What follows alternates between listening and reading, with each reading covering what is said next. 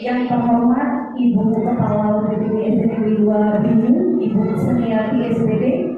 Yang saya hormati Bapak Ibu Guru kelas 1 sampai kelas 6 UPTD SMP 2 Binjai. Pertama sekali saya ucapkan terima kasih kepada Bapak Ibu yang sudah memberikan kesempatan dan waktu kepada saya untuk berada di depan sini, dan Bapak Ibu juga sudah berkesempatan untuk menghadiri kegiatan ini di dalam ruangan ini. Jadi ucapannya terima kasih yang sebesar-besarnya ya Bapak Ibu. Baiklah Bapak Ibu, untuk membuka kegiatan kita hari ini, marilah kita bersama-sama melafazkan basmalah. Bismillahirrahmanirrahim.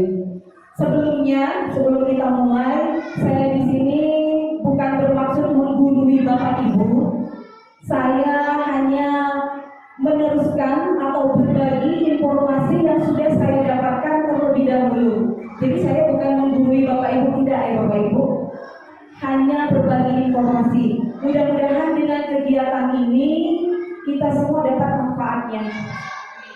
Baik itu pahalanya dan manfaat dalam kegiatan kita sehari-hari. Bapak Ibu sehat semuanya ya? Alhamdulillah sehat. Baiklah Bapak Ibu, di sini kegiatan yang akan kita ikuti yaitu diseminasi menyebarkan pemahaman dan penerapan pengalaman budaya positif sebagai salah satu pemenuhan tugas dalam pendidikan guru penggerak modul 1.4 bersama saya Agus Susanti, calon guru penggerak angkatan 9 dari sekolah asal UPTD SD Negeri 3 Binjai. Baiklah Bapak Ibu, sebelum kita mulai biar kita lebih semangat, kita ada slogan sedikit. Mungkin jika saya mengatakan SD Negeri 2 Binjai, Bapak Ibu jawab dengan luar biasa hebat. Bisa Bapak Ibu? Oke. SD Negeri 2 Binjai. Sekali lagi Bapak Ibu, SD Negeri 2 Binjai. Luar biasa hebat. Terima kasih. Tepuk tangan dulu untuk kita semua Bapak Ibu.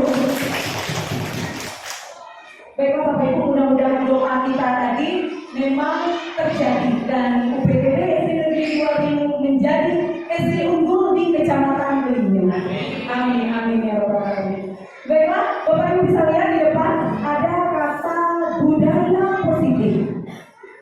Mungkin Bapak Ibu tidak asing dengan kata-kata ini. Budaya positif. Kita lihat dulu pengertiannya Bapak Ibu. Budaya positif adalah nilai kebajikan yang menjadi keyakinan dan pada akhirnya menjadi karakter atau ciri khas dari sebuah komunitas atau lembaga. Ini pengertian dari budaya positif. Selanjutnya ada budaya positif sekolah. Budaya positif sekolah ini berupa pembiasaan yang biasa atau dapat kita lakukan di keseharian kita di dalam sekolah. Kira-kira ada tidak Bapak Ibu di sini yang bisa menyebutkan pembiasaan kita di SD 2 mungkin? Ya Ibu. Bersalaman dengan guru. Masya Allah, betul sekali. Bersalaman dengan guru. Ada yang namanya kegiatan atau slogan 5S.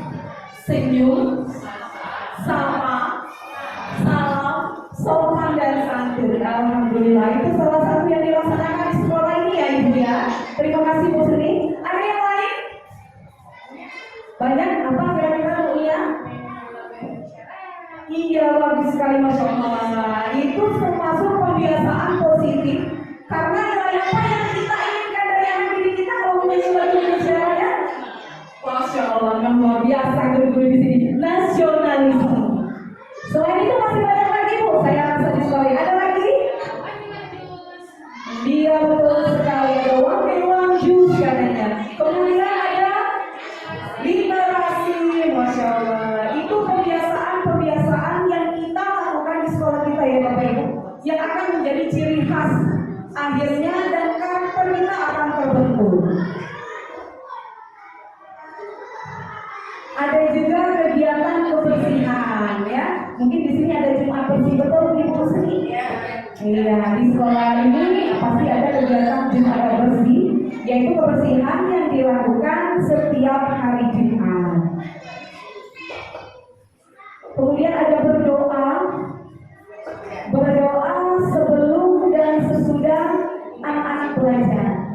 Jadi biasanya nilai yang ingin kita bentuk adalah berakhlaknya atau religiusnya yang ingin kita bentuk, atau karakter yang ingin kita bentuk dari anak-anak kita. Ada kata Ibu Suliati tadi, budaya 5S ya. Salam sebelum masuk kelas, salam.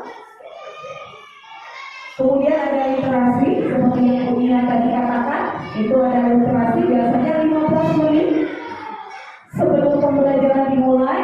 Kita akan melakukan atau mengajak anak-anak membaca, bisa bacaan atau cerita-cerita binatang, fabel, atau cerita-cerita yang berhubungan dengan pendidikan.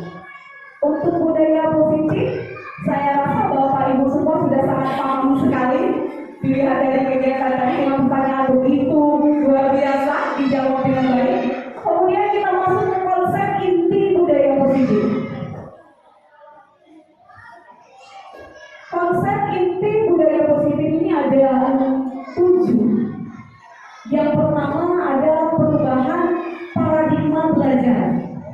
Yang kedua ada disiplin positif dan nilai-nilai kebajikan universal. Yang ketiga, teori motivasi, hubungan, dan penghargaan serta restitusi. Selanjutnya ada keyakinan kelas. Ada kebutuhan dasar manusia dan dunia berkualitas. Ada 5 posisi kontrol dan ada segitiga restitusi. Kita buka dulu yang pertama, perubahan paradigma belajar. Pembelajaran sekarang itu dengan paradigma yang baru. Bisa dilihat ya Bapak Ibu. Pembelajaran dengan paradigma yang baru ini merupakan pembelajaran yang berorientasi pada penguatan kompetensi dan pengembangan karakter yang sesuai dengan dimensi profil pelajar Pancasila. Ada 6 dimensi profil pelajar Pancasila. Yang pertama ada beriman, bertakwa kepada Tuhan Yang Maha Esa dan berakhlak mulia. Ada berkebinekaan global, mandiri, bergotong royong, bernalar kritis dan kreatif. Bapak Ibu masih ingat lagunya bisa?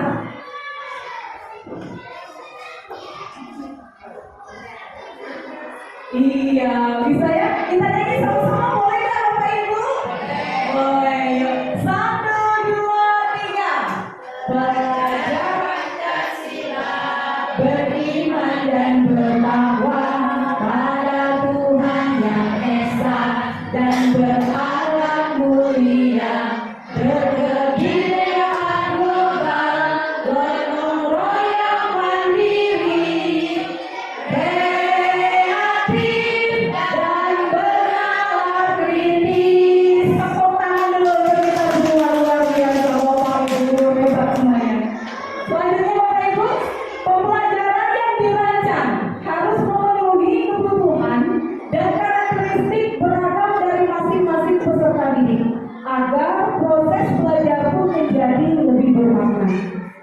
Bapak Ibu yang berbahagia hari ini, mungkin ini bukan hal yang baru bagi Bapak Ibu, karena saya rasa di SD 2 sudah melaksanakan kurikulum merdeka, sudah ini tahun kedua ya Ibu ya, alhamdulillah. Nah, pembelajaran yang dilakukan sehari-hari merupakan pembelajaran dengan paradigma baru ini.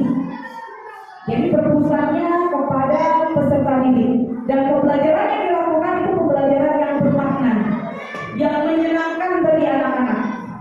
Contohnya ada pembelajaran berdiferensiasi. Ada gambar ibu-ibu dulu gitu ya, cantik dengan hijabnya. Pernahkah Bapak Ibu mendengar kata-kata ini? Alhamdulillah pernah. Ada yang namanya Teacher Center dan Student Center. Ada tidak dari Bapak Ibu semua yang bisa membuka apa sih?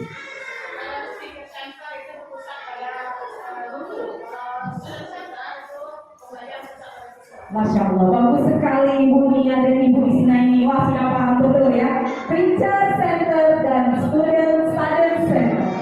Kita lihat apakah benar? Yang pasti benar sekali. Teacher ini pusatnya kepada gurunya. Guru yang memberikan ilmu kepada peserta didik. Peserta didik hanya menunggu. Itu teacher center. Tapi kalau student center itu anak didik kita yang benar-benar aktif belajar di dalam kelas. Gurunya hanya sebagai fasilitator, menjadi misalnya seorang anak bertanya kepada guru hanya menjelaskan ataupun menjawab pertanyaan anak tadi. Jadi anak sendiri yang belajar, guru hanya membantu. Itu perbedaannya. Dan mungkin Bapak Ibu juga sudah sangat tahu sekali bahwa dalam kurikulum Merdeka pembelajaran apa yang kita pakai? Apakah teacher center atau student center? Iya, betul sekali Bapak Ibu, luar biasa. Student center yang kita pakai karena fokusnya kepada anak didik kita. Anak didik kita yang belajar sesuai minat, bakat, kebutuhan dan karakteristiknya. Pembelajaran berdiferensiasi. Ini pembelajaran yang pusatnya kepada siswa, bukan guru lagi. Jadi memang pembelajaran yang dilakukan sesuai dengan minat, bakat, kebutuhan dan karakteristik anak didik kita, ya Bapak Ibu. Jadi bukan kita lagi sebagai sumbernya, sebagai utama pembelajaran pada, tapi anak. Anak, pusatnya di anak, bukan di guru. Sampai di sini ada pertanyaan Bapak Ibu? Kalau tidak ada kita lanjut ya. Ini ada pengertian mendidik menurut Bapak Pendidikan kita, Bapak Ki Hajar Dewantara. Mendidik itu artinya adalah menuntun segala kodrat yang ada pada murid, yaitu kodrat alam dan kodrat zaman, agar mereka mencapai kebahagiaan setinggi-tingginya, baik sebagai manusia dan sebagai anggota masyarakat. Contohnya seperti ini Bapak Ibu. Guru itu diibaratkan seorang petani dan murid diibaratkan bibit padi atau padi yang akan ditanam. Petani tadi menanam padi itu mengharapkan padi, tidak bisa mengharapkan kedelai ya Bapak Ibu ya, betul tidak? Kalau kita tanam padi pasti tumbuhnya juga padi, bukan kedelai. Seperti itulah kodrat alam yang ada pada diri anak didik kita. Petani yang sudah menanam padi, memberi pupuk, menyiram dan menyiani, itu berharap padinya tumbuh subur dan hasilnya pun padi yang terbaik. Kita tidak bisa Bapak Ibu menyamakan anak yang tinggal di daerah pantai dengan anak yang di daerah pegunungan. Itu berbeda sekali. Kita harap anak yang di daerah gunung untuk pandai memancing, belum tentu. Atau anak yang di daerah pantai disuruh menanam teh misalnya atau sayur mayur di daerah ini, tidak bisa Bapak Ibu. Itulah yang dimaksud dengan kodrat alam. Jadi kita menuntunnya sesuai dengan kodrat anak didik kita. Jika memang kemampuannya hanya di situ, artinya kemampuan itu yang kita asah. Motivasi, kita beri motivasi agar kemampuannya akan semakin berkembang dan menjadikan anak kita menjadi mandiri dan sukses. Kemudian ada kodrat zaman. Kodrat zaman ini berhubungan dengan zaman, kebudayaan. Contohnya begini Bapak Ibu, kita yang dulu belum punya handphone, sumber belajar kita apa? Hanya buku, betul Bapak Ibu. Kita hanya buku. Di situlah kita buka lagi. Tapi kalau zaman sekarang sudah canggih. Anak tidak hanya memanfaatkan buku,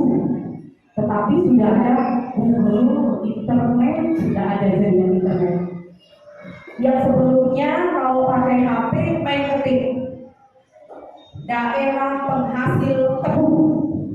Sekarang sudah lebih canggih. Cukup dengan ngomong, betul tidak Bapak Ibu? Daerah penghasil tebu, langsung keluar daerahnya. Tidak perlu lagi mengetik, saking canggihnya. Jadi kita sebagai guru harus mengikuti perkembangan zaman Bapak Ibu.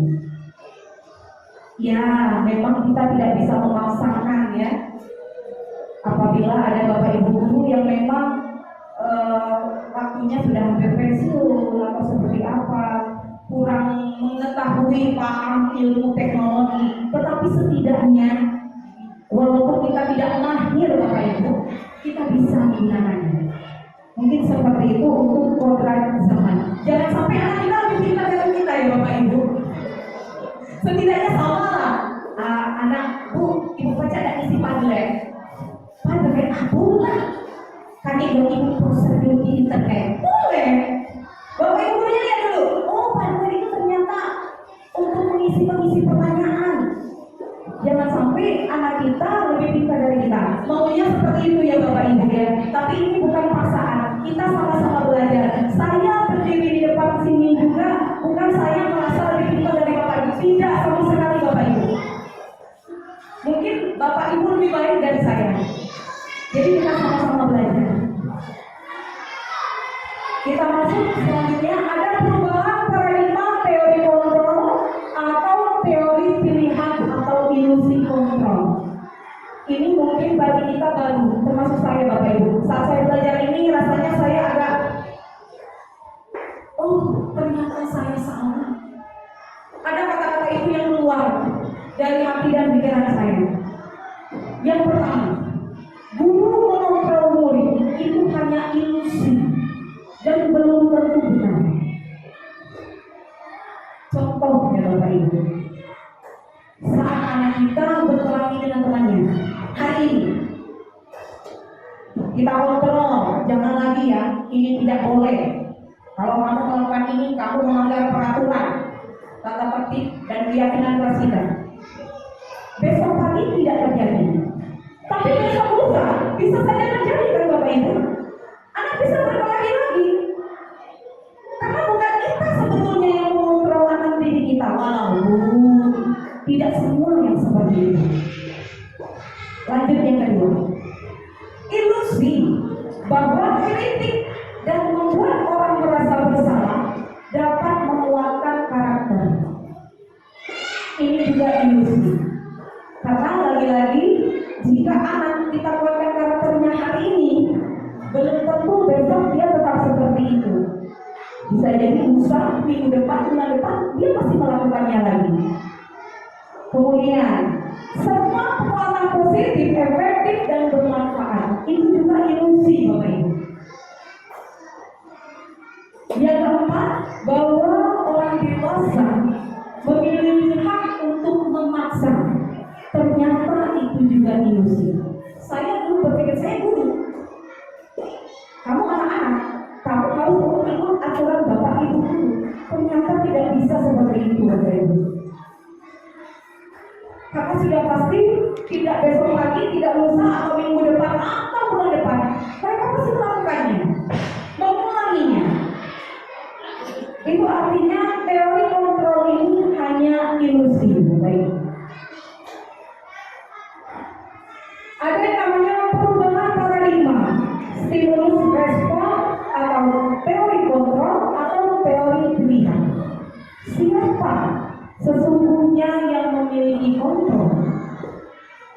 Ada stimulus respon, kita mencoba mengubah orang agar berpandangan sama dengan kita. Itu hanya stimulus respon. Teori kontrolnya, kita berusaha memahami pandangan orang. Jadi yang kita lakukan itu memahami pandangan orang lain. Kita tidak bisa mengontrol agar orang lain itu berpandangan sama seperti kita. Yang kedua, perilaku buruk dilihat sebagai suatu kesalahan. Teori kontrolnya, semua perilaku memiliki tujuan. Jadi jika anak-anak kita melakukan kesalahan itu Bapak Ibu, sebetulnya ada tujuan di balik itu.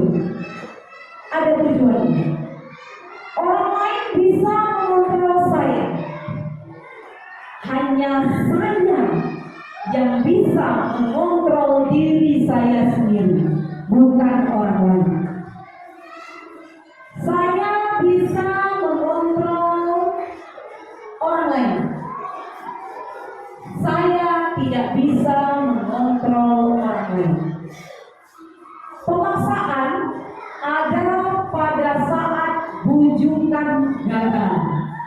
Teori kontrolnya kolaborasi dari konsensus menciptakan pilihan-pilihan yang baik.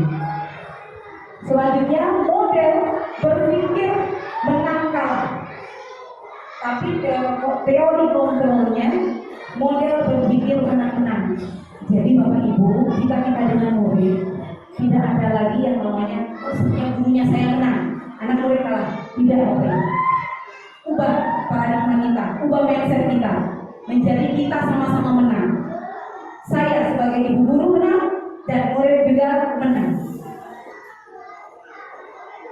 Selanjutnya, disiplin positif dan nilai-nilai kebajikan universal. Bapak Ibu ini tidak asing lagi ya kita dengan kata disiplin. Di mana-mana kata itu selalu ada. Disiplin berasal dari bahasa Latin disciplina, yang artinya belajar, Bapak Ibu. Ternyata disiplin itu artinya adalah belajar.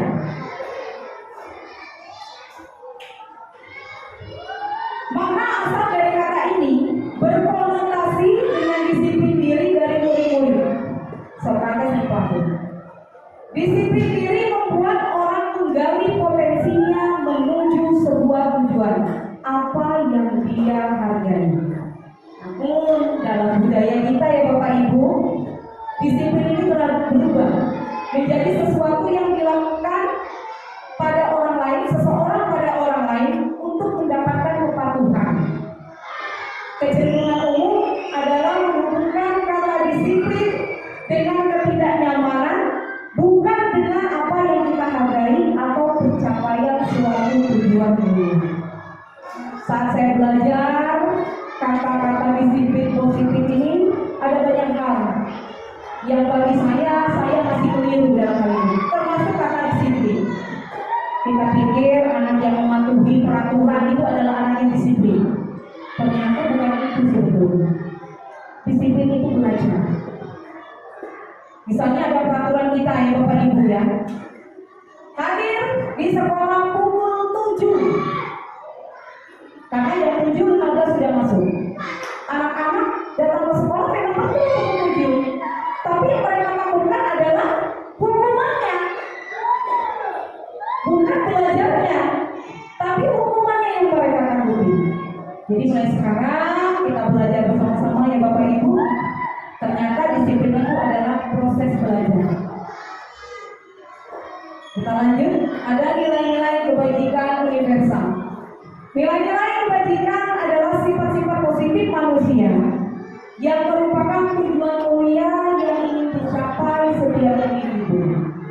Nilai-nilai tersebut bersifat universal, lintas bahasa, suku bangsa, agama maupun latar belakang.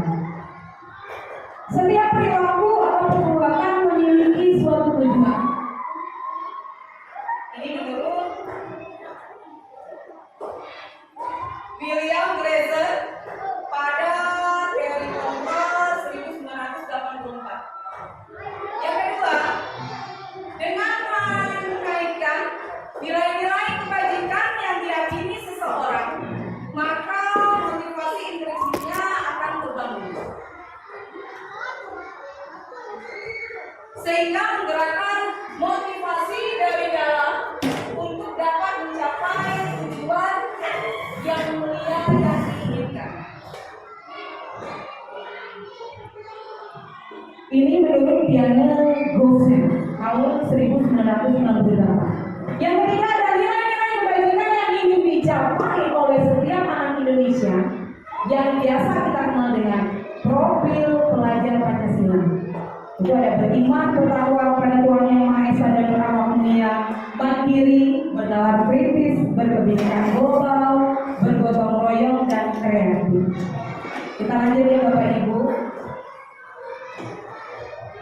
Ada teori motivasi perilaku manusia. Yang pertama, untuk menghindari ketidaknyamanan atau hukuman apa yang akan terjadi apabila kita tidak melakukannya. Ini contohnya seperti orang kita ya Bapak Ibu. Jadi anak-anak datang ke sekolah tepat waktu, itu kebanyakannya takut akan hukuman. Nah, inilah yang dikatakan sebagai motivasi eksternal, motivasi dari luar. Oh, karena takut hukuman tadi, makanya datangnya tepat waktu. Itu motivasi eksternal dari luar. Yang kedua, untuk mendapatkan imbalan dari orang lain atau institusi, apa yang akan saya dapatkan apabila saya melakukannya? Contohnya anak didik kita belajar. Apabila ada gurunya, nanti yang dapat juara 1, 2, 3 akan mendapatkan hadiah.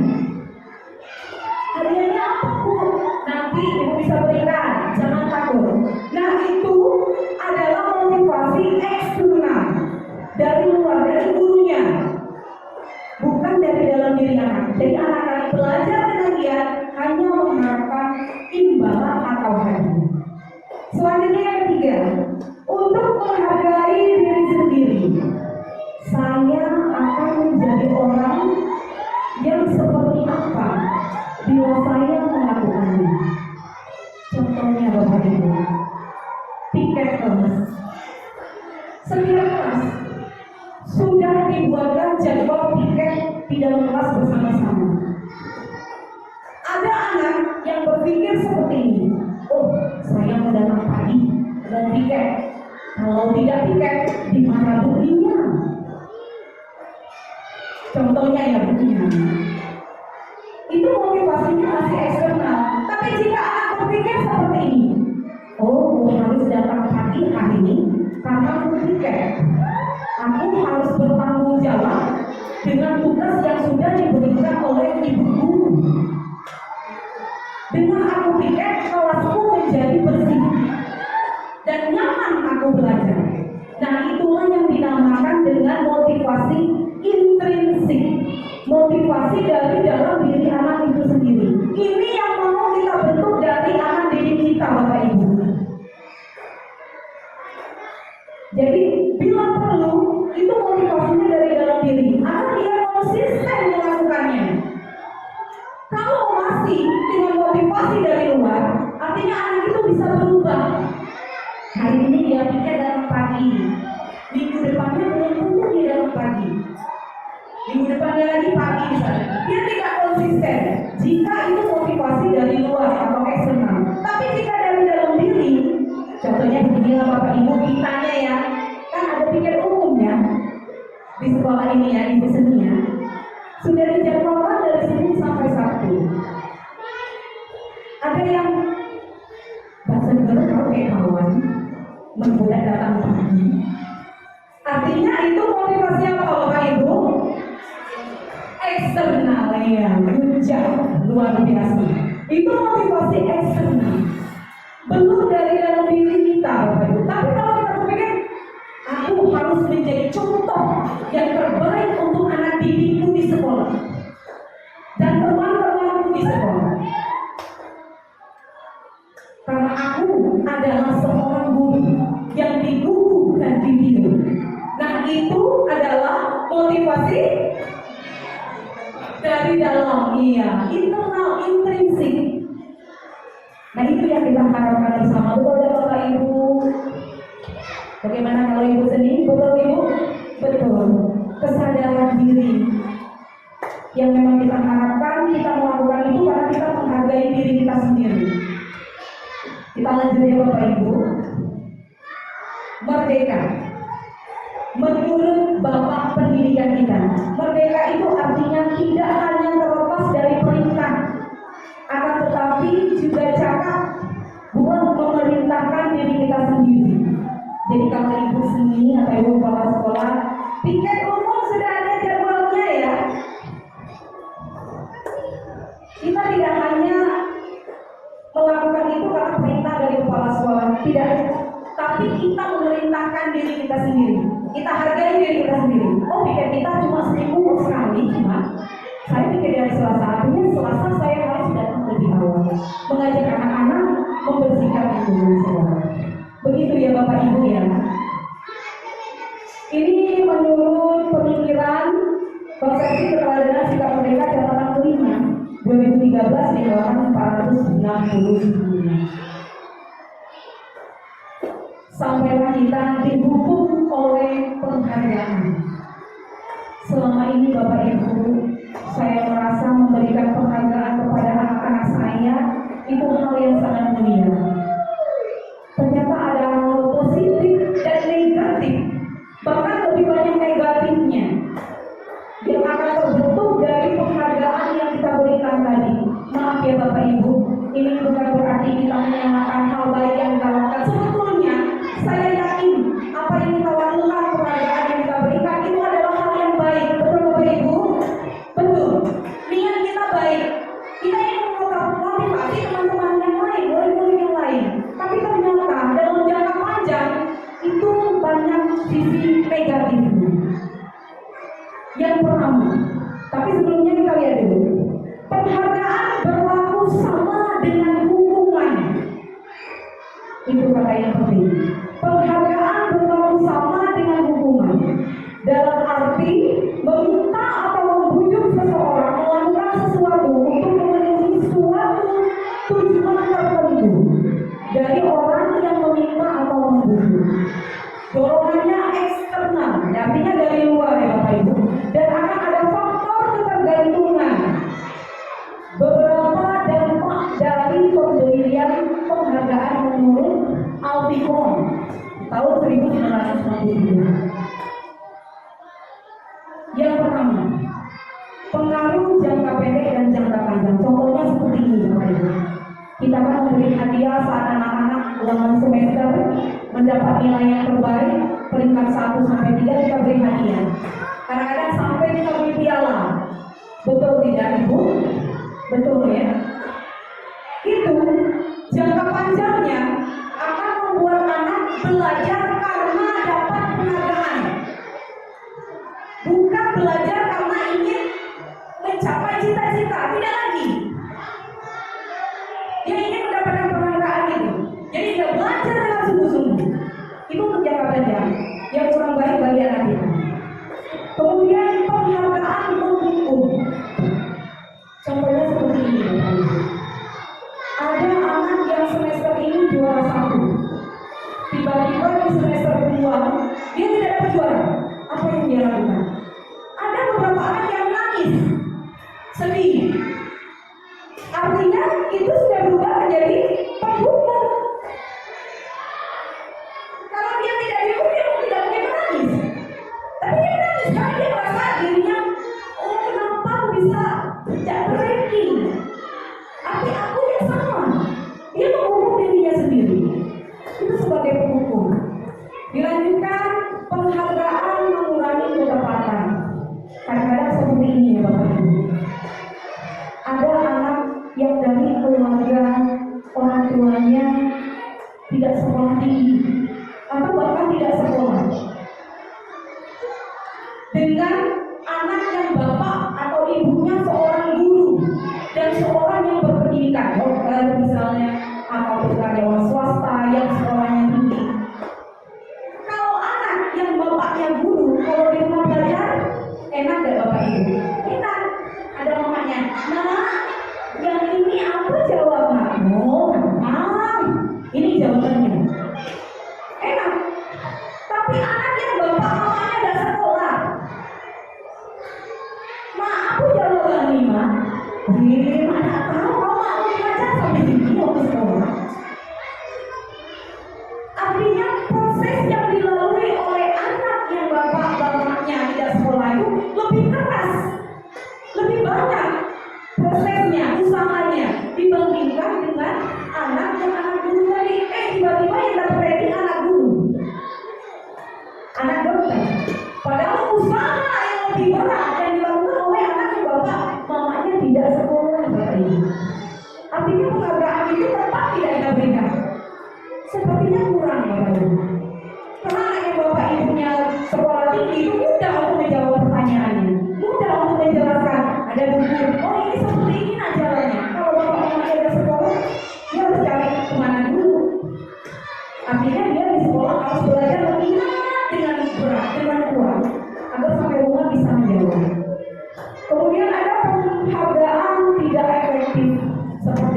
contoh yang saya berikan tadi, usaha yang dilakukan oleh anak yang bapak mamanya di sekolah itu lebih keras dibanding dengan anak yang usahanya ataupun anak yang bapak mamanya seorang guru atau seorang yang berpendidikan.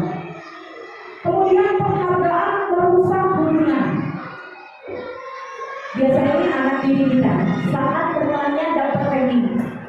Saya dapat ranking. Mana dia guru? Suara, kalau kita lakukan rumah itu, pasti ada salah satu murid yang berkata seperti itu. Akhirnya rusak hubungannya. Udah dulu dia berkata itu berkelahi. Itulah yang disebut penghargaan merusak hubungan. Ada rasa iri yang ditimbulkan dari anak yang lain melihat anak yang lain mendapat penghargaan. Sampai di sini, Bapak Ibu, insya Allah ya, kita sama-sama belajar ya Bapak Ibu. Selanjutnya dihukum oleh penghargaan. Penghargaan akhirnya menunjukkan kualitas. Penghargaan juga mematikan kreativitas.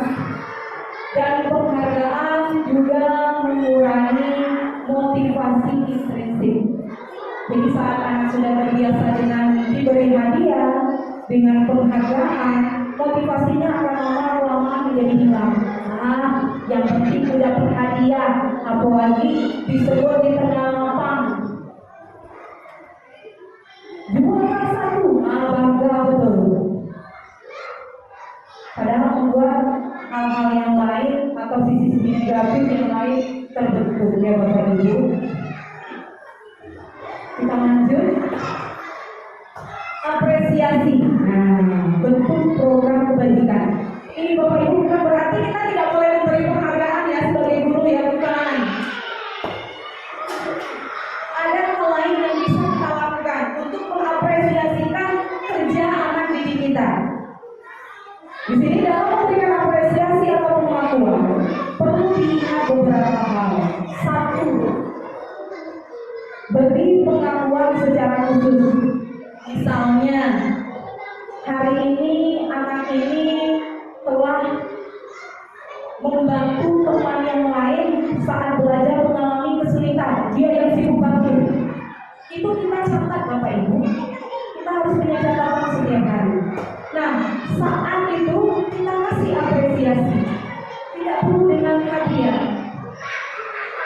Panggil anaknya, bilang, kamu hari ini sangat luar biasa. Kamu sudah membantu temanmu. Terima kasih ya. Itu pun sudah cukup sebetulnya bagi anak. Tapi khusus sebutkan apa yang menjadi hal yang membuat dia diapresiasi atau diberi penghargaan. Kalau yang selama ini kita lakukan juara 1, 2, 3 itu umum kan Bapak Ibu? Semua mata pelajaran. Tidak tahu nilainya. Akhirnya bagus. Itu umum. Hindari sekarang yang umum. Kita beri pengakuan secara khusus. Kemudian beri pengakuan secara pribadi. Artinya panggil anaknya boleh. Anaknya boleh dipanggil, diberi apresiasi secara pribadi. Yang ketiga, semua murid harus diapresiasi. Karena saya yakin murid memiliki kelebihannya masing-masing. Betul Bapak Ibu? Anak murid kita itu membawa kelebihannya masing-masing. Tinggal kita yang melihat dari mana seginya, apa yang kelebihan yang dimiliki anak didik kita. Jadi berganti, beri apresiasi secara bergantian. Kemudian konsisten. Jangan hari ini diapresiasi, besok hari tidak. Lusa tidak, ulang depan baru dikasih. Jangan Bapak Ibu. Bila perlu apresiasi diberikan konsisten. Setiap hari boleh. Apabila kita melihat anak ini rajin, mungkin sumpah, panggil, sini saya. Kamu luar biasa, terima kasih karena kamu tidak membuang sampah pada tempatnya. Kamu hebat, nah. Sudah. Mungkin itu akan memotivasi dari diri anak dari dalam dirinya sendiri. Oh, artinya harus bersih. Walaupun setelahnya masih ada hargaan dari luar. Kemudian fokus pada proses, bukan hasil. Selama ini kita hasil ya Bapak Ibu. Hasilnya. Nah sekarang berubah Bapak Ibu. Prosesnya. Seperti yang tadi ya, anak yang dari keluarga yang seperti apa, itu prosesnya pasti lebih besar. Beri apresiasi, walaupun kita tidak dapat hadiah, tidak apa-apa Bapak Ibu. Mungkin kita panggil secara pribadi, kita dia sudah senang. Oh artinya saya diperhatikan. Karena kalau tidak diperhatikan, tidak mungkin Bapak Ibu tahu apa yang dikerjakan. Baik Bapak Ibu sampai di sini ada pertanyaan? Kira-kira bisa diterima ada Bapak Ibu? Insya Allah mudah-mudahan ya Bapak Ibu ya, kita belajar bersama. Saya pun masih melakukan hal yang masih keliru kemarin, tapi sekarang mudah-mudahan kita dapat belajar memperbaiki diri kita sehingga kita dapat menjadi teladan ataupun contoh untuk anak didik kita. Contoh pengakuan ini, contoh pengakuan apresiasi kebajikan.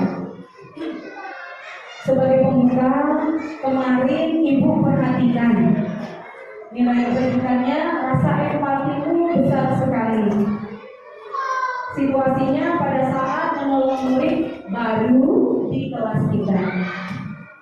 Selanjutnya ada saya menghargai kepedulianmu. Atau Ibu menghargai kepedulianmu pada saat kamu membantu teman-temanmu di tugas kelompok.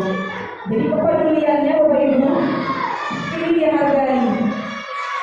Lanjut yang ketiga, terima kasih untuk rasa tanggung jawabmu pada saat kamu memungut kertas yang berserakan di rumah. Selanjut ya Bapak Ibu. Kemudian kerukunan dan konsekuensi. Namun sebelumnya kita main dulu Bapak Ibu, biar tidak kantuk. Kita main ya. Permainan ya. Jika ini pakai kumpulan, ini satu, yang ini dua, kalau ini tiga. Saya ulangi, ini satu, yang ini dua, kalau ini tiga. Ini berapa Bapak Ibu? Ini ya boleh diulangi. Ini satu. Telurnya ya, telurnya ini. Yang ini satu. Yang ini dua. Kalau ini tiga. Ini satu, betul satu. Ini telurnya ini satu. Kalau ini pintar, tepuk tangan dulu. Telurnya ya Bapak Ibu, ingat telurnya. Yang ini bagus. Kalau ini kok ini pintar semua ya. Yang ini masih bingung, apalagi Pak Joyo.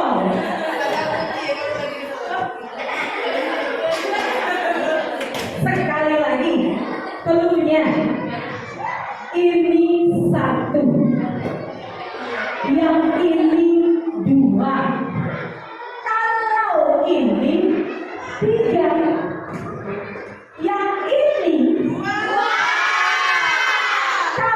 ini alhamdulillah, pinter-pinter ini Pak Joyo, kantor Pak Joyo. Ini yang ini kalau ini yang ini dulu kita semua. Kita lanjut ya Bapak Ibu. Ada hukuman dan konsekuensi.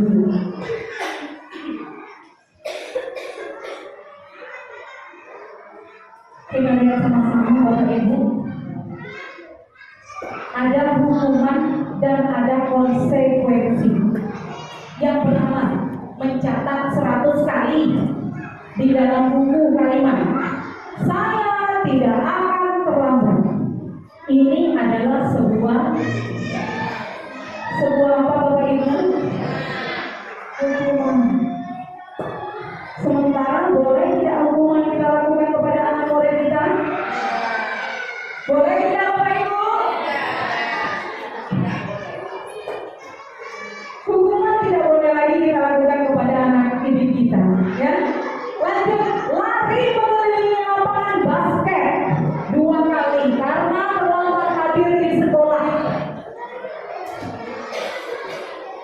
Itu juga termasuk hukuman.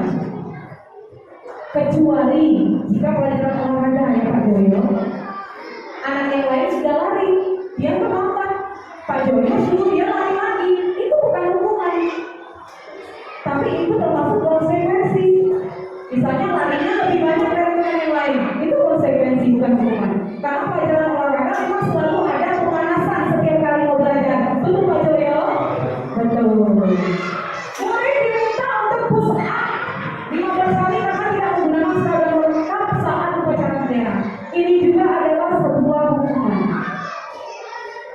Tapi menggantikan kertas tugas rumah yang dicoret-coret, ini konsekuensi. Nah, dia sudah melakukannya, dia harus menggantikan. Selanjutnya, membersihkan tumpahan air di meja karena tersenggol pada saat pembelajaran atau proses pembelajaran berlangsung. Ini juga konsekuensi Bapak Ibu. Dia yang menumpahkan, dia juga harus bertanggung jawab untuk membersihkannya. Ini perbedaan antara hukuman dan konsekuensi. Kita lihat perbedaannya. Kalau hukuman itu menyakitkan, tapi kalau konsekuensi itu sesuatu yang memang harus terjadi. Karena kalau coret-coret, kamu harus menggantinya, memang harus terjadi. Tapi kalau disuruh lari atau push up, itu anak-anak pasti membekas sakitnya. Ya Bapak Ibu. Kemudian membuat anak sakit fisik maupun hati untuk jangka yang panjang. Ada dendam di hati anak jika kita memberikan hukuman kepada anak Bapak Ibu. Ini ibuku, masa bisa? Betul Bapak Ibu, ya. Kemudian kalau konsekuensi membuat anak merasa tidak nyaman dalam jangka waktu yang pendek. Oh, saya yang membersihkan itu saja tidak nyaman, tapi setelah bersih atau setelah menggantikannya, dia aman. Tidak ada apa-apa lagi. Kemudian anak kalau hukuman membenci disiplin, sementara konsekuensi anak menghargai disiplin. Kemudian ada hukuman itu paksaan. Betul tidak Bapak Ibu? Kalau hukuman itu paksaan sifatnya, tapi kalau konsekuensi itu stimulus dan tanggapan. Hukuman mendorong anak menyakiti diri sendiri. Kalau konsekuensi mendorong anak agar mudah untuk menyesuaikan diri.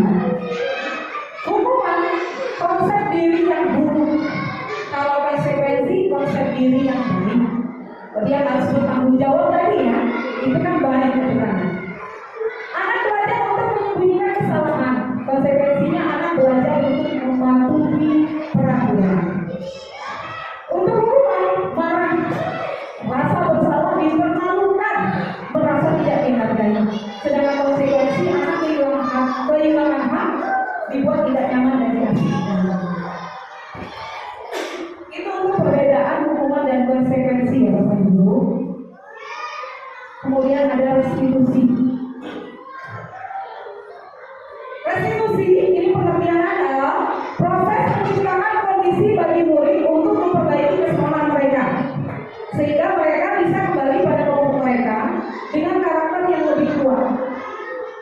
Restitusi juga merupakan proses kolaboratif yang mengajarkan murid untuk mencari solusi untuk masalah mereka dan membantu murid berpikir tentang orang seperti apa yang mereka inginkan atau yang mereka ingin menjadi seperti apa dan bagaimana mereka harus memperlakukan orang lain. Ini menurut dosen tahun 2000.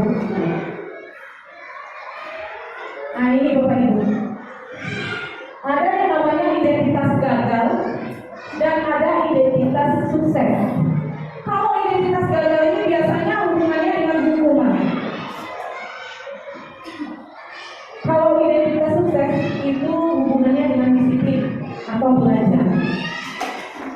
Sesuatu yang menyakitkan harus terjadi, konsekuensinya sesuatu harus terjadi. Restitusi merupakan pilihan. Hukuman tidak nyaman untuk murid anak untuk jangka waktu yang panjang, sementara konsekuensi tidak nyaman untuk murid dalam jangka waktu yang pendek. Restitusinya mengeluarkan murid dalam jangka waktu yang panjang. Korban, kalau hukuman pasti ada korban dari untuk mendapatkan keadilan. Kalau di konsekuensi, korban diabaikan. Tidak ada korban maksudnya di dalam konsekuensi ya. Restitusinya korban mendapatkan ganti. Hukuman murid anak akan tersakiti. Konsekuensi, murid anak dibuat tidak nyaman. Murid anak mendapatkan penguatan. Kemudian ada perilaku pasif agresif meningkat. Kalau konsekuensi, penguatan hanya bertahan dalam jangka waktu yang pendek. Restitusi, masalah terpecahkan. Kemudian hukuman, sistem tidak akan berjalan bila murid tidak patuh. Tapi untuk konsekuensi memerlukan monitoring dan supervisi terus-menerus dari guru. Murid belajar bertanggung jawab restitusinya untuk perilakunya. Hukuman berlaku hanya pada sebuah institusi, tidak berlaku pada kehidupan nyata. Sementara konsekuensi membantu penerapan mengikuti peraturan dalam masyarakat. Restitusi fokus pada pemecahan masalah dalam jangka waktu yang panjang.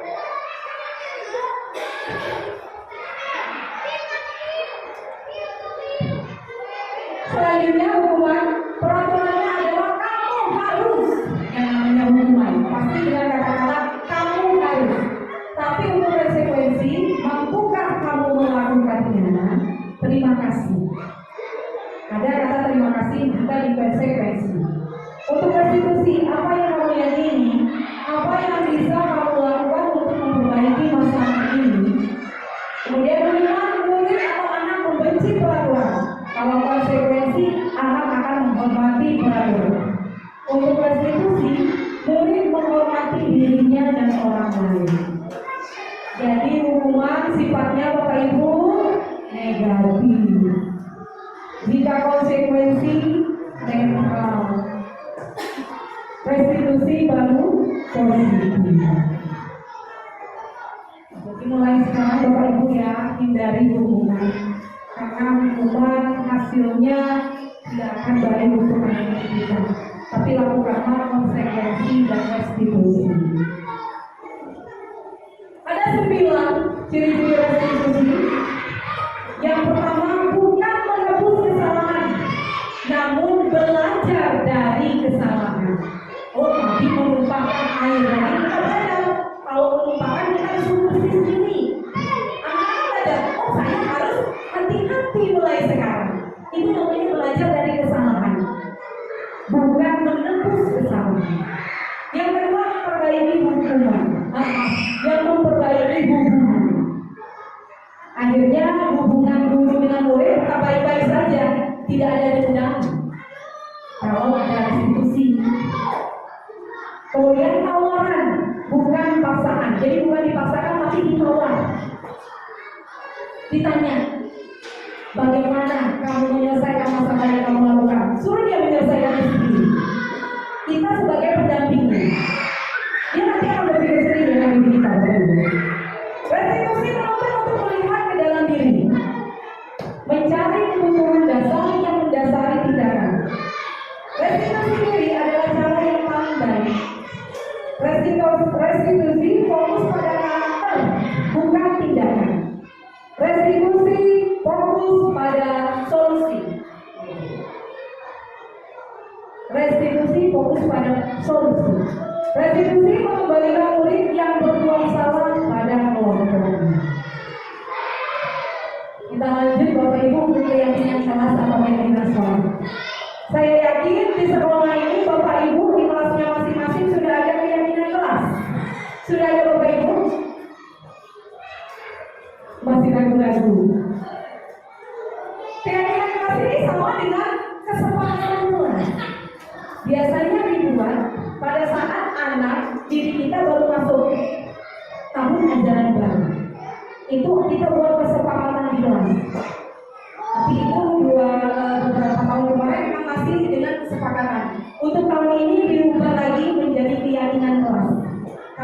diyakini anak didik kita.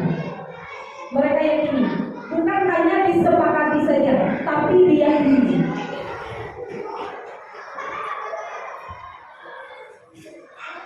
Keyakinan kelas atau sekolah. Nah, di sini mengapa tidak peraturan saja? Mengapa harus keyakinan kelas? Contohnya seperti ini Bapak Ibu. Ada pertanyaan di situ. Mengapa kita memiliki peraturan harus menggunakan helm bila mengendarai kendaraan roda dua? Coba siapa yang bisa menjawab? Mungkin apa bunyinya? Luar biasa. Artinya Ibu Nia ini motivasinya sudah dari dalam diri. Dari dalam diri. Dia menghargai dirinya supaya semangat katanya. Agar selamat pakai helm saat mengendarai sepeda motor atau sepeda motor roda dua. Tapi kalau masih ada pertanyaan atau jawaban,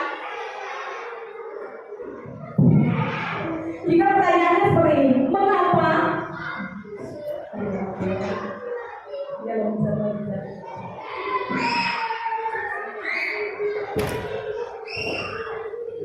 Mengapa harus pakai helm? Jawabannya takut ada polisi, Pak. Takut ada pengawas. Nanti kita angkat kamera. Artinya motivasinya masih eksternal, pintar sekali, masih dari dalam. Selanjutnya, mengapa kita memiliki peraturan harus datang tepat waktu saat pelatihan? Kenapa Bapak Ibu? Jika jawabannya malu dilihat orang mendatang terlambat, itu artinya masih eksternal, ya luar biasa Bapak Ibu, eksternal. Tapi kalau kita berpikir, oh jangan sampai terlambat, nanti ada aturan ini ya, tertinggal materi, betul kata Bu Suni, ada tertinggal materi ataupun ada hal-hal yang harus disampaikan di awal, kita tidak bisa mendengar Bapak Ibu. Kita tertinggal informasi kalau datangnya terlambat. Selanjutnya, untuk mendukung motivasi dari dalam diri atau motivasi intrinsik, kembali ke nilai-nilai atau keyakinan-keyakinan, lebih menggerakkan seseorang dibandingkan mengikuti serangkaian peraturan-peraturan. Jadi bisa dilihat di sini Bapak Ibu, dari tidak begitu terlihat ya. Peraturan kelas, ini peraturan kelas. Dari peraturan kelas inilah didapatkan keyakinan kelas. Jika keyakinan kelas sudah terbentuk, lingkungan akan menjadi lingkungan positif. Jika lingkungan positif terbentuk, jadilah budaya positif. Cara membuat keyakinan kelas. Contoh peraturan. Dilarang keyakinan kelasnya adalah menghargai orang lain. Peraturannya hadir di sekolah 15 menit sebelum pembelajaran dimulai. Keyakinan kelasnya menghormati orang lain dan berkomitmen. Peraturannya dilarang melakukan kekerasan. Keyakinan kelasnya menghormati orang lain demi keselamatan.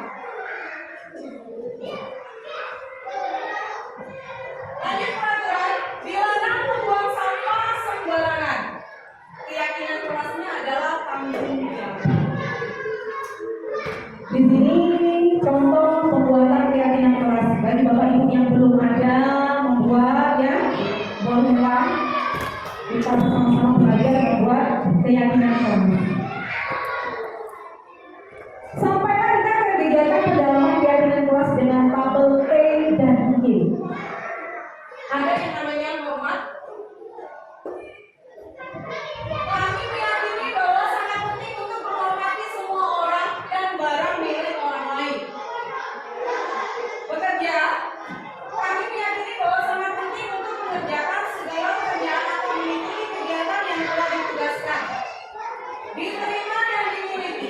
Kami meyakini bahwa sangat penting untuk merasa diterima pada suatu kelompok dan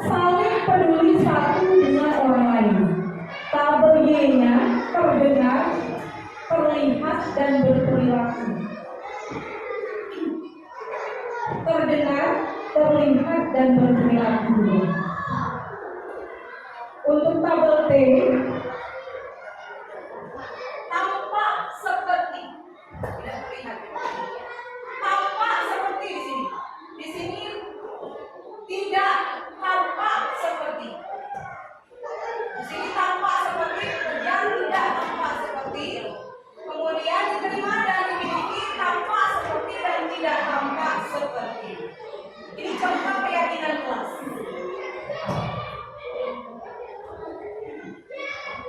Setiap anggota kelas perlu belajar, senang, saling menghargai, merasa aman dan nyaman, tepat waktu, berkomitmen terhadap setiap tugas. Selalu bersikap positif, senantiasa menjadi diri sendiri, bekerja sama, membersihkan kelas, percaya dan menghormati orang serta barang milik orang lain, senantiasa membantu. Hormatnya kami meyakini bahwa sangat penting untuk menghormati semua orang dan barang milik orang lain. Bekerja, kami meyakini sangat penting untuk mengerjakan segala pekerjaan atau mengikuti kegiatan yang telah ditugaskan. Ini contoh keyakinan kelas ya Bapak Ibu. Atau Ibu bisa membuat keyakinan kelas lain dari itu. Yang penting disepakati oleh guru dan siswa. Bukan guru yang membuat, tapi anak yang membuat, disepakati oleh anak dan dibimbing oleh gurunya. Jangan salah. Kalau kemarin saya buat peraturan kelas, saya sendiri yang buat, Bapak Ibu. Ternyata salah. Lanjut ke kebutuhan dasar manusia dan dunia berkualitas. Manusia memiliki kebutuhan dasar ya Bapak Ibu. Nah, ini seluruh tindakan manusia memiliki tujuan tertentu. Contohnya saat kita makan. Apa tujuan kita Bapak Ibu? Supaya kenyang ya. Agar kita dapat beraktivitas untuk hidup kata Ibu ini ya boleh. Semua yang kita lakukan adalah usaha terbaik dari diri kita Bapak Ibu, untuk mendapatkan apa yang kita inginkan. Ketika kita mendapatkan apa kita inginkan, sebetulnya saat itu kita sedang memenuhi satu atau lebih dari satu kebutuhan dasar kita. Ketika seorang murid melakukan suatu perbuatan yang bertentangan dengan nilai-nilai kebajikan atau melanggar peraturan, hal itu sebenarnya dikarenakan mereka gagal memenuhi kebutuhan dasar mereka. Contohnya Bapak Ibu,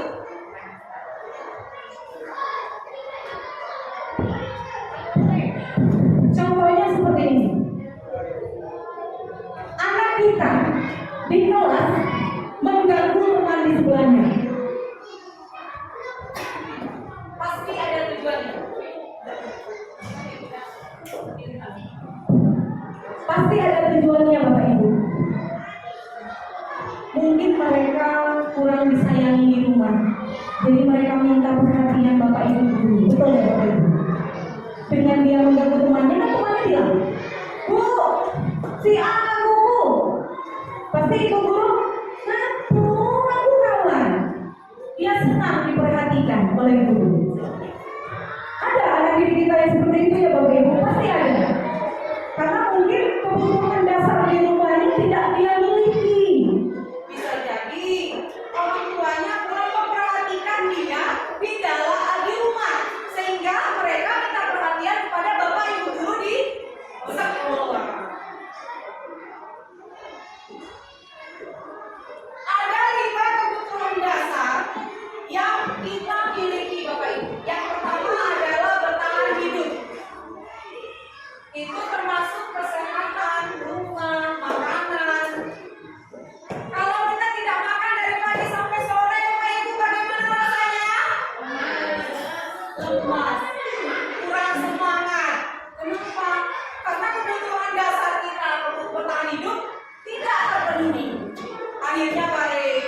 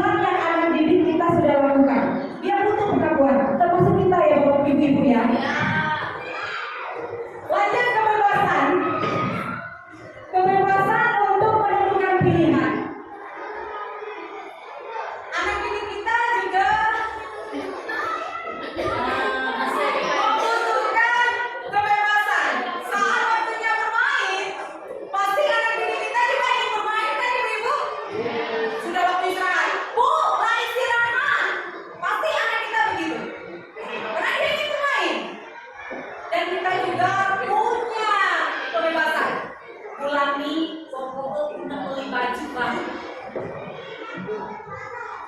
Kalau dari bagi suami duit, Bapak Ibu bagaimana rasanya? Pasti ada rasa, waduh, aku taruh di keranjang kuning. Baju yang mau saya beli. Ya kan? Itu tentang kebebasan ya Bapak Ibu. Kita bebas memilih mau beli baju baru yang seperti apa. Itu kita memilih kebebasan untuk memilihnya. Lanjut, ada kesenangan. Kebutuhan untuk merasa senang. Anak didik kita juga butuh itu. Kita semua butuh itu Bapak Ibu. Kita juga ingin merasa senang. Betul kan Bapak Ibu? Betul. Jadi jika kelima kebutuhan dasar ini tidak terpenuhi, pasti kita akan merasa tidak nyaman. Ada hal yang membuat kita tidak nyaman. Lanjut ke 5 posisi kontrol. Kelima posisi kontrol Bapak Ibu. Nah, ini yang paling penting untuk diri kita Bapak Ibu. Bisa Bapak Ibu lihat kita berada di posisi yang mana? Posisi yang pertama adalah sebagai penghulu. Hulu berbuat menghardik, menunjuk-nunjuk, menyakiti dan menyindir. Ini masuk ke dalam posisi penghulu. Guru berkata, kalau kamu tidak melakukannya, Awas ya. Rasakan. Kemudian hasilnya memberontak, menyalahkan orang lain dan berbohong. Jadi anak takut dihukum, dia jadi berbohong. Kaitan dengan dunia berkualitas. Murid meletakkan guru di luar dunia berkualitas. Murid berkata, biarkan saja, nanti juga marah-marah lagi. Dampak pada murid, kesalahannya diulang. Ulangi lagi, karena gurunya cuma marah-marah. Cuma marah-marah. Itu pastinya. Ini posisi sebagai pengguru. Kemudian posisi sebagai pembuat orang merasa bersalah. Guru berbuat. Jadi yang dilakukan guru adalah berceramah dan mengatakan, seharusnya kamu tidak boleh begitu. Ibu kecewa dengan kamu. Kamu seharusnya tahu ya kan? Kamu sudah tahu ibu lemah sekali mengatakannya. Ibu stres. Itu posisi sebagai pembuat orang merasa bersalah. Menyembunyikan atau menyangkal dan berbohong. Ini hasilnya anak pasti juga berbohong. Menyangkal, jadi bukan kawan. Pasti seperti itu. Murid meletakkan guru di dalam dunia berkualitas. Murid berkata, maafkan saya guru. Akhirnya murid menjadi rendah diri. Kemudian posisi sebagai seorang teman. Guru membuatkan alasan-alasan untuk muridnya. Ayolah, lakukan ini demi ibu, kata ibu gurunya. Masa kamu tidak mau?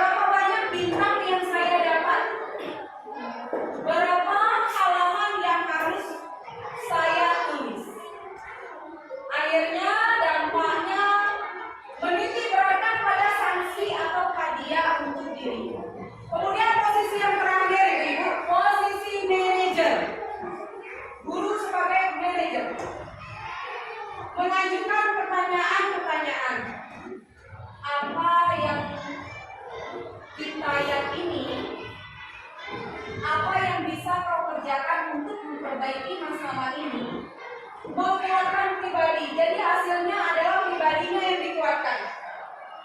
Murid meletakkan dirinya sebagai individu yang positif di dalam dunia berkualitas. Bagaimana caranya saya bisa memperbaiki keadaan, mengevaluasi diri, bagaimana cara memperbaiki dirinya. Kira-kira Bapak Ibu sudah di posisi yang mana? Apa di Posisi penghukum, apa di posisi pembuat orang merasa bersalah, apa di posisi teman, apa di posisi pemantau, apa di manajer. Kalau saya Bapak Ibu sudah semua. Posisi semuanya ini sudah dilakukan oleh saya. Bagaimana Bapak Ibu? Menghukum saya pernah menghukum anak. Membuat anak merasa bersalah saya juga sudah melakukannya. Sebagai teman sudah, pemantau sudah, mungkin manajer juga sudah. Tapi ternyata saya baru tahu penghukum, membuat orang merasa bersalah, teman pemantau ini kurang baik Bapak Ibu. ini kurang baik untuk anak diri kita? Ini contoh-contoh pertanyaannya. Saya kecewa sekali dengan kamu. Itu membuat orang merasa bersalah. Kamu tidak pernah benar melakukannya. Itu sebagai penghukum. Ayo lakukan demi Bapak Ibu. Itu sebagai teman. Apakah kamu mendapat stiker bintang hari ini? Itu sebagai pemantau. Bagaimana kamu bisa menyelesaikan masalah ini? Itu sebagai manajer. Kamu selalu yang paling terakhir. Itu sebagai penghukum. Kita lihat Bapak Ibu. Dari kelima posisi kontrol tadi, yang paling baik bagi seorang guru atau menjadi seorang guru adalah sebagai manajer. Manajer yang paling baik Bapak Ibu. Karena hasilnya kan seperti ini. Anak mengevaluasi diri. Hasilnya yang kita lihat, dampak bagi siswa kita. Kalau kita sebagai manajer, dampaknya anak akan mengevaluasi diri. Kalau yang sebagai penghukum mengulangi kesalahannya lagi, merasa rendah diri jika dia dibuat merasa bersalah. Sebagai teman dia menjadi lemah dan ketergantungan. Sebagai pemantau dia hanya mengharapkan hadiah. Jadi yang paling baik adalah sebagai diri. Mudah-mudahan setelah ini Bapak Ibu ya kita belajar memposisikan diri kita sebagai seorang manajer. Amin. Amin. Nah ini dia. Bergerak. Peraturan pemantau konsekuensi hadiah. Nilai-nilai sebagai manajer anak-anak pasti memperbaikinya. Oke.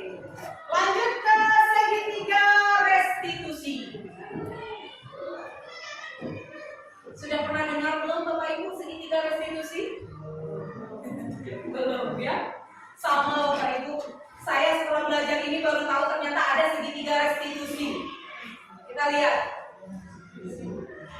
Segitiga restitusi itu terdiri dari menstabilkan identitas, kemudian validasi kebutuhan, kemudian menanyakan keyakinan.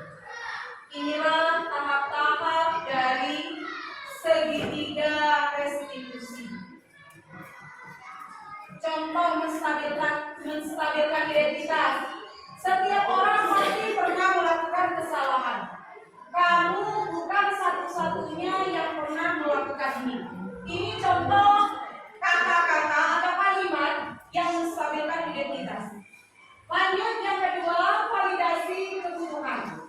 Kamu tentu punya alasan mengapa kamu melakukan itu. Adakah cara yang lebih efektif untuk mendapatkan apa yang kamu butuhkan? Ini contoh kalimat-kalimat untuk validasi kebutuhan. Kemudian menanyakan keyakinan. Nilai-nilai apa yang telah kita sepakati? Kamu ingin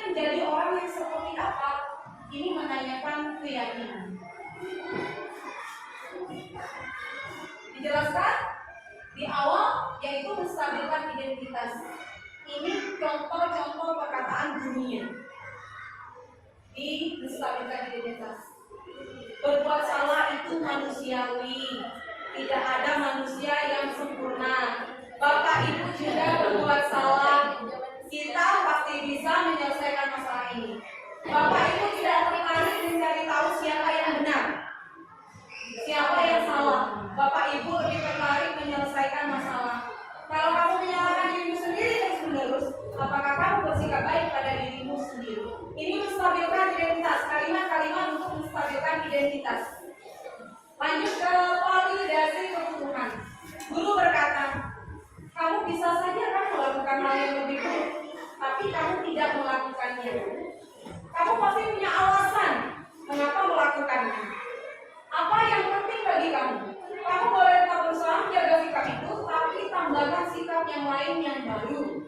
Apakah kamu belajar cara lain untuk mendapatkan yang kamu butuhkan tanpa harus mengukur? Apakah kamu bisa melakukan dengan lebih baik besok lagi? Ini validasi kebutuhan. Lanjut ke menanyakan keyakinan. Ini kembali hubungannya ke keyakinan kelas yang sudah disepakati. Guru berkata, apa nilai yang kita percaya di kelas atau sekolah kita? Nilai-nilai universal apa yang telah kita sepakati? Kelas yang ideal itu seperti apa sih? Kamu ingin menjadi anak seperti apa? Apa yang kamu rasakan ketika kamu melakukan itu? Kamu menjadi orang yang seperti apa? Intervensi 30 detik. Apakah kamu ingin berbuat lebih baik? Apakah saat ini kamu sedang menjadi orang yang sedang kamu inginkan? Apakah kamu bisa mengubah kegiatan atau perilaku kamu saat ini menjadi sikap yang lebih membantu? Apakah wajar membuat kesalahan? Bisakah kita memperbaikinya? Apa yang kamu lakukan saat ini sesuai? Kapan kamu siap untuk mulai? Peraturannya apa? Sepertinya kamu punya masalah. Saya bisa bantu apa? Saat ini kamu seharusnya berbuat apa? Apa yang bisa saya bantu agar kamu bisa melakukannya? Apakah saya bisa bantu agar kamu dapat segera mulai? Apakah tugas kamu saat ini? Bagaimana kamu ingin diperlakukan pada kegiatan ini? Bisa kamu melakukannya? Apa yang kamu inginkan? Peraturannya apa? Ini contoh-contoh kalimat. Kita lihat Bapak Ibu, saya punya video tentang segitiga restitusi.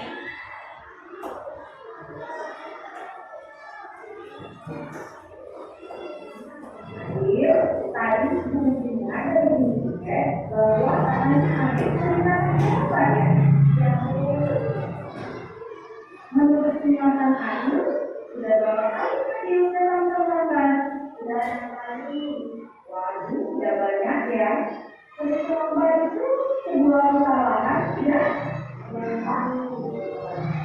adil dan adil lakukan itu menjauhi semua orang juga bisa melakukan hal yang sama. Jadi yang terpenting kita belajar dari kesalahan tersebut dan berusaha memperbaikinya. Ayo Adi dan Ibu cari solusinya bersama. Adi datang selamat tapi kenapa?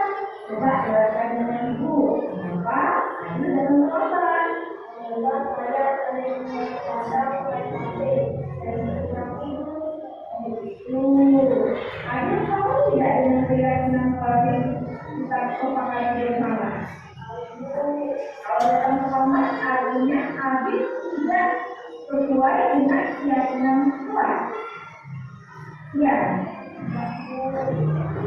menurut Adil, keyakinan kuat apa yang Adil ada? Menurut Adil, disiplin itu penting tidak?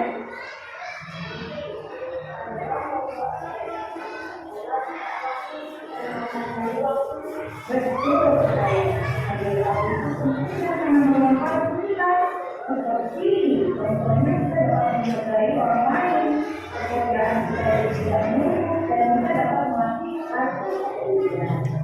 Ya, saya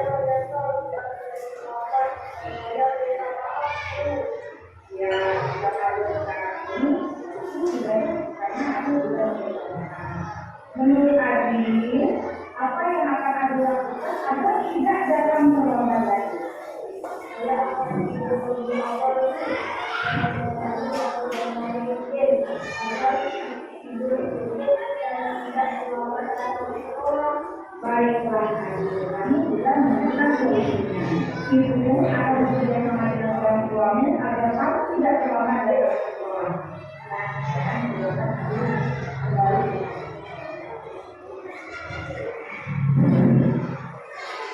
Itu contoh segitiga restitusi ya Bapak Ibu. Itu contohnya. Nah, sampailah kita ke bagian penutup. Ini harapan kita ya Bapak Ibu ya. Dalam penerapan program disiplin positif, hendaknya guru memiliki standar kepribadian, profesional dan sosial yang baik, di mana guru mampu merefleksi dirinya pada posisi kontrol saat ini, bagaimana perjalanannya sebagai pamong atau manajer yang menuntut murid-muridnya menjadi insan yang mandiri, merdeka dan bertanggung jawab sesuai dengan standar nasional pendidikan. Itu harapan kita ya Bapak Ibu. Semoga kita semua menjadi guru terbaik, guru teladan untuk murid-murid kita. Amin. Amin. Baiklah, sampailah di penghujung. Sebelum kita tutup, marilah kita bersama-sama melafalkan pernyataan. Terima kasih Bapak Ibu yang sudah stay sampai di detik ini. Semoga apa yang disampaikan tadi dapat bermanfaat bagi kita semua. SD 27. Luar biasa hebat. SD 27. Luar biasa hebat. Terima kasih Bapak Ibu. Apabila ada kesalahan, saya mohon maaf. Akhirul kalam, wabillahi taufiq wal hidayah. Wassalamualaikum warahmatullahi wabarakatuh.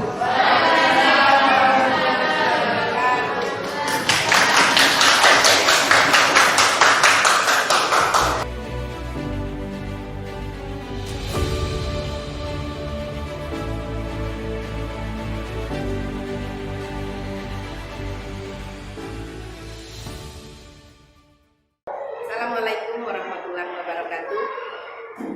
Saya Seniadi, Kepala UPTD SD Negeri 2 Pinu, Bangka, Kepulauan Batu. Alhamdulillah, hari ini kami sudah dapat menyaksikan dan mengikuti paparan diseminasi dari calon guru penggerak angkatan 9 tahun 2023. Alhamdulillah, apa yang sudah dipaparkan oleh calon guru penggerak tadi semuanya alhamdulillah baik, dan semoga ini dapat bermanfaat bagi kami semua, khususnya di dunia pendidikan. Semoga nanti ke depannya guru-guru di dalam dunia pendidikan ini akan semakin baik, dan hasil serta prosesnya juga akan baik bagi anak didik kami. Terima kasih kepada Ibu Adi Susanti yang sudah berbagi ilmu kepada kami semua. Semoga ini dapat bermanfaat bagi kita semua. Mohon maaf atas segala kekurangan kami dalam menerima Ibu Adi Susanti dalam memaparkan diseminasinya tadi. Terima kasih dari saya Andi. Billahi taufiq wal hidayah. Wassalamualaikum warahmatullahi wabarakatuh. Assalamualaikum warahmatullahi wabarakatuh. Nama saya Isnaini, berasal dari SD 2 Negeri Pinu, Bangka, Provinsi Kepulauan Bangka Belitung. Alhamdulillah, hari ini kami sudah mendapat diseminasi dari Ibu Agus Santi, dan alhamdulillah juga dalam pemaparan tadi banyak manfaat yang kami terima. Mudah-mudahan dengan pemaparan tadi bermanfaat bagi kami guru-guru di sini untuk pendidikan, khususnya kepada anak-anak kita, agar kedepannya lebih baik lagi. Saya rasa itu saja yang dapat saya sampaikan. Wassalamualaikum warahmatullahi wabarakatuh.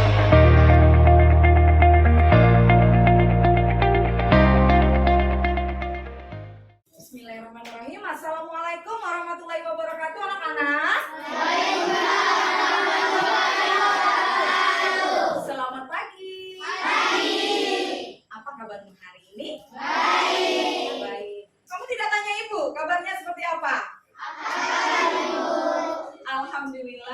hari ini Ibu sehat. Baiklah anak-anak Ibu semua, hari ini kita akan membuat keyakinan kelas. Sudah pernah mendengar? Sudah. Ya mungkin di kelas sebelumnya kamu sudah pernah membuat keyakinan kelas. Tapi hari ini kita akan membuat keyakinan kelas di kelas kita. Keyakinan kelas itu hampir sama dengan peraturan kelas. Namun yang berbeda adalah di dalam membuat keyakinan kelas kita menggunakan kata-kata yang positif. Kalau kata tidak itu positif atau negatif? Negatif. Nah, hari ini kita membuat keyakinan kelasnya tidak menggunakan kata-kata tidak. Sudah siap? Ibu akan memberikan contoh. Contoh peraturan di sekolah. Hadir di sekolah 15 menit sebelum bel berbunyi. Untuk keyakinan kelasnya apa? Hadir tepat waktu. Betul, datang tepat waktu. Tepuk tangan dulu untuk Zaki. Contohnya seperti itu. Kira-kira sudah bisa belum? Sudah ya? Benar atau tidak? Sudah bisa ya? Nah, sekarang Ibu akan membagikan kertas. Silakan kamu tulis kesepakatan kelas kita. Sudah siap ya? Oh, mau saya.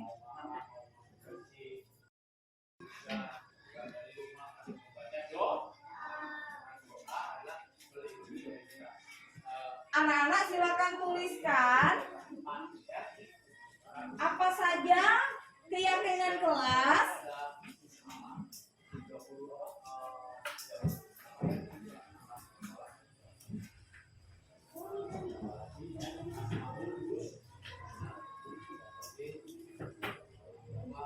keyakinan kelas ini itu apa yang kamu inginkan, yang kamu harapkan di dalam kelas kita. Silakan ditulis.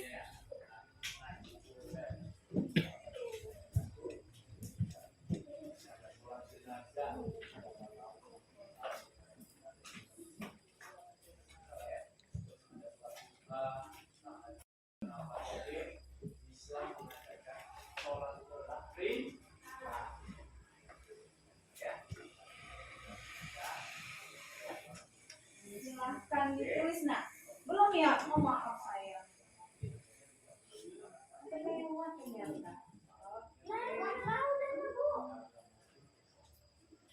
Silakan ditulis.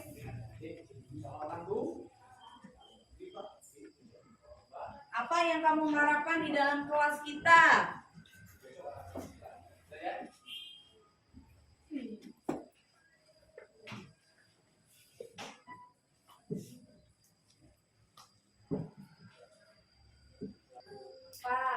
Contohnya satu saja cukup, satu satu keyakinan kelas yang menurut kamu memang harus kita sepakati di dalam kelas. Satu saja yang sudah menulis silakan tempel di tempat yang sudah disediakan. Silakan tempel ya, sudah selesai silakan tempel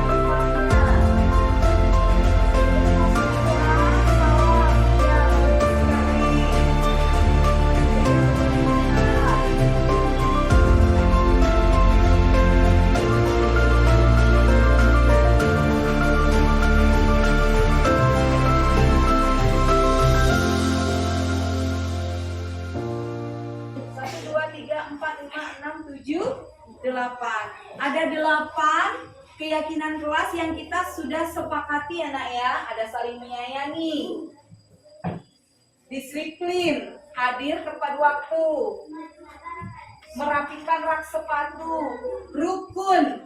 Kerukunan sama dengan saling menghargai, pintar, saling menghargai. Mentaati, oh ini tidak membuli boleh, menghormati satu sama lain, menjaga kebersihan. Oke, sudah sekali, sudah bagus. Sekarang kita tanda tangan dulu.